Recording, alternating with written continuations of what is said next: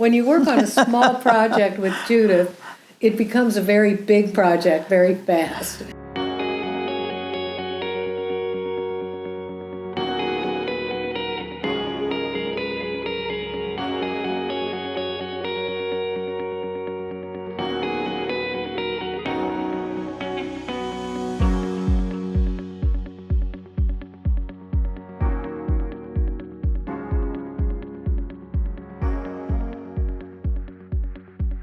One thing we've talked about a lot is how a person becomes an artist, becomes a theater artist in particular. Do you think that your life as a woman religious has given you the support, a way of thinking Absolutely. That leads you into that? Absolutely. I think my work as an artist was to move people into a position where they could look beyond the here and now. The technical theological terms are the immanent and the transcendent. Mm-hmm. And the immanent is what is sensory, what you touch and feel, what you see, what you experience. And the transcendent is what opens beyond, the landscape that opens beyond that. So to me, being an artist was like John the Baptist. You prepare the way of the Lord. Everything around us is illuminated by the divine.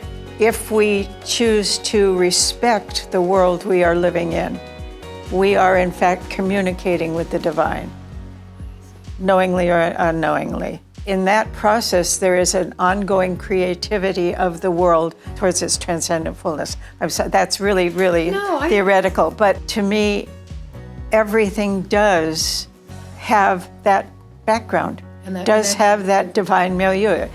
We are living in the divine at all times, and it's a matter of just looking.